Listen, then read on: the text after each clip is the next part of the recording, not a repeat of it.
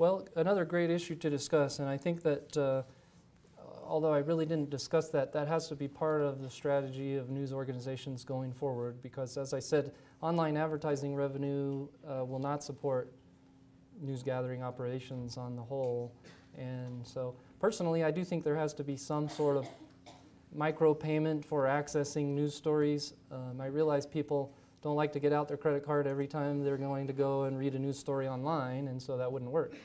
But perhaps there could be some sort of a way to, and again, this would require unity on the part of the news industry, but to have small payments be made either on a monthly basis or per use type of a fee, because otherwise I think it's going to be hard to financially support, the news organizations going forward. So, but I think with respect to your question, copyright law would contemplate and allow that course of action. Copyright law is essentially a help yourself kind of a remedy, and so if news organizations choose to do that, then that would certainly be permissible and would work within the structure of the Copyright Act, and would probably provide some benefits for news, assuming that they can do that without offending too many consumers. So, Michael. I understand the distinction between traditional news and microblogging and social networking is becoming more hazy. There's less of a firm divide. Do you foresee IP law and copyright law creeping towards microblogging and social networking and things like that? Well, certainly there is an effect, and there will continue to be.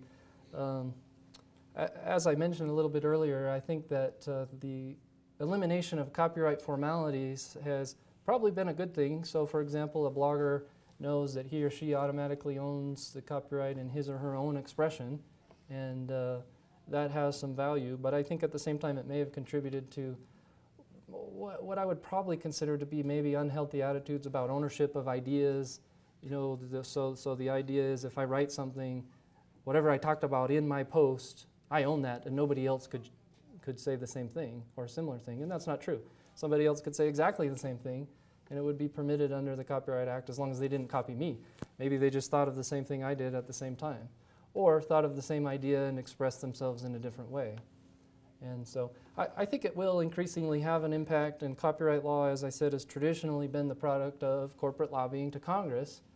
And so the interests that tend to get represented are the large money interests. I mean, I don't know if there's a bloggers lobby that's going to go before Congress to represent the interests of bloggers or users and creators of social media content. So I think what you're going to see is a continuation of what we've already seen, which is the copyright law generally favoring large corporate interests. So, Facebook, for example, and perhaps some of you know this, if you read the terms of use on Facebook, they specify that when you create an account and post something, by virtue of doing that, you've signed over all intellectual property rights to Facebook. So if you post a photograph on there, you're essentially saying Facebook now owns the copyright in this photograph that I put on there, as well as anything that I write on Facebook. Now, they haven't chosen to enforce that in a very strict way, partly due to public outcry once people kind of became aware of this. But the large corporate interests are going to continue to do what is in their interest to gobble up as much intellectual property right as they can. So, yes? Just today in the Daily Herald, there was an article on Europe having conflict issues with Facebook and other social networks with privacy issues. And you said that the European laws have adapted more of a moral approach, and that could be one of the possible ways for the U.S. to improve. But even if they're having struggles, do you think the moral approach would actually be a good way to unify if even Europe is having problems with this privacy of Facebook and social networking? Sure, yeah. Well, as I said, the idea of the U.S. adopting moral rights is fairly controversial and probably not likely to happen anytime soon, although the United States does have moral rights in the Visual Artists, Carl could help me out here, Visual Artists' Rights Act. So there are a small portion of content creators who create visual art who own the right to be named as the creator. And the U.S. did that to nominally comply with the Berne Convention. So it's not that the United States has done nothing in regard to moral rights, but I think a general adoption would be pretty controversial.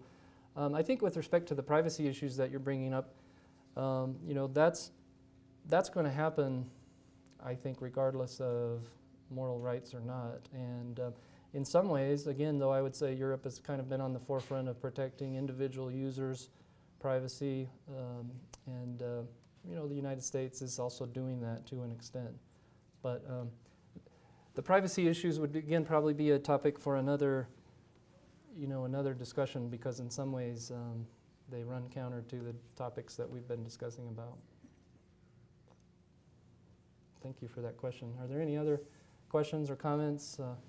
Yes. You mentioned copyrights give an incentive to generate work. If you go out on the internet, there certainly seems to be no shortage of people wanting to generate work. Right. So is there something maybe to go in the other angle of just saying, let's almost entirely get rid of copyrights, period? And do you think that that would Sure. Yeah, great point. And you're right. It doesn't seem that there's a dearth of content out there, and most of the people blogging and creating a lot of the content on the internet probably don't really care about their copyright, or maybe even know that they own it. But and I would also just add to that, you know, the Creative Commons movement has certainly influenced, I think, some of the thinking about ownership of expression, which is to say that some creators now are purposely allowing other people to use their content in certain ways and spelling that out through a series of licenses. And I think that's probably a good thing. You know, as I said, a copyright law that gets too restrictive can actually inhibit free flow of information and future creation, because then we can't use what's already been created to build on that and create the next thing. And I'm sure you've noticed, if you pick up any good piece of literature, there are a lot of allusions to other pieces of literature. So writers don't generally just sit in a back room somewhere and come up with something completely original. You know, they base their stories on the Bible and Shakespeare and whatever else has been created out there. And so we do use the content of other people. And I think that, you know, the idea that you propose has some advantages. I don't think it would be wholesale adopted, again, by the music and entertainment industries, for example, and could potentially have some downsides. But it is an illustration, I think, of how the practice sometimes varies from the law, because there's certainly a movement out there of people not worrying about their intellectual property rights and just throwing their ideas out there for other people to use.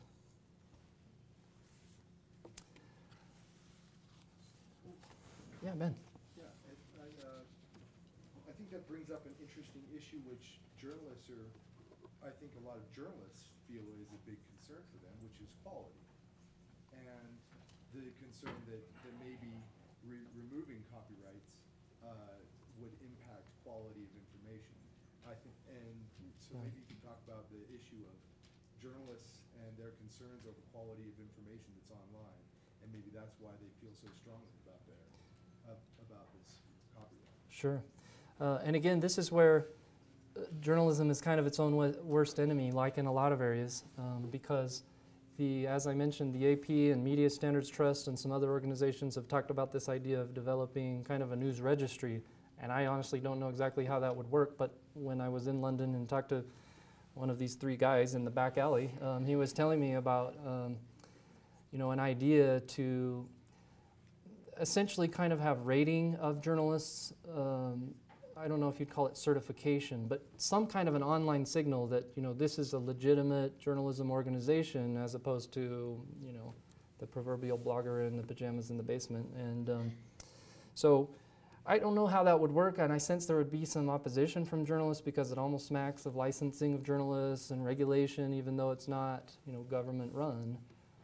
And so I suspect there could be some concerns that way. But sending some kind of a signal of where the information comes from probably is going to be important. And you know, Brad actually has an idea that we've discussed that I think is increasingly becoming true about journalists' reputations becoming you know, what their careers hinge on, essentially. So I'm talking individual journalists, maybe even apart from the news organization. So you identify with a particular writer and know that what you get from that writer is good, and you go to that person for news and information.